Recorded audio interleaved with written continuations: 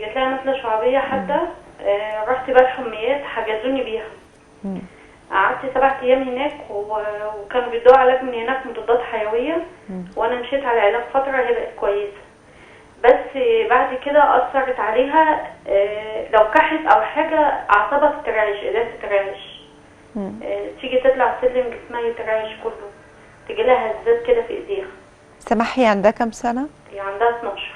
12 سنه. دكتور محتاج تسالها تمام. اسئله؟ طبعا. طيب هي عندها، انتوا حد عندكم الاسره برضو عنده حساسيه صدريه او ربو شعبي؟ لا ما فيش مستمرة على موسعات شعب زي الايرونيل او اي صلب تمول او اي ادويه بعد ما طلعت من المستشفى ادوكوا علاج تستمر عليه؟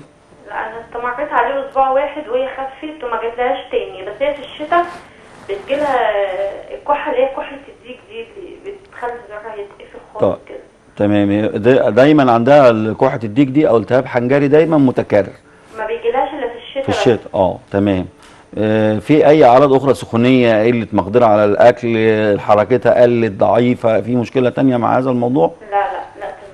هو طبعا النزله الشعبيه حضرتك بتاثر على الطفل. بشكرك يا سماح وتابعين.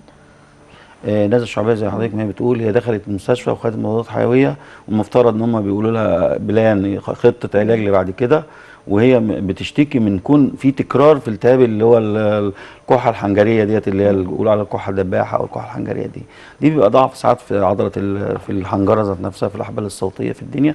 طبعا هي ممكن تكون الطفله اصيبت بنوع من انواع الانيميا، فعشان كده بتترعش او مش ماشيه طبيعي او بتتنفض زي ما بتقول ولا حاجه. ممكن يكون عندها مشاكل في التغذيه، ممكن يكون عندها مشاكل حساسيه، ودي تعتبر حساسيه موسميه طالما الكحه بتاعه الديك دي او الالتهاب الحنجري الحاد ده او ده بيبقى موسمي، بيجي في مواسم معينه. ففي ليها وقائيات انها في اول الشتاء تاخد تطعيم بتاع الانفلونزا، حاجات تانية تطعيمات اخرى مع التطعيم بتاع الانفلونزا ده، تديها فيتامين سي، ده سوائل دافيه تحسن الحاله الغذائيه بتاعتها. بندي حاجات محفزه للمناعه، بعض الادويه الدكاتره عارفينها الزملاء ايا كان نوعيتها سين او صاد من الادويه دي بتحفز المناعه. ندي حاجه تقلل الانسداد الانفي او يقلل الالتهابات العلويه في الجهاز التنفسي، فتبتدي مش كل حاجه تخش تاخد نفسها من بقها، فبتدي التهاب في الحنجره، بتدي يعمل الكحه الدباحه او الالتهاب الحنجري ده.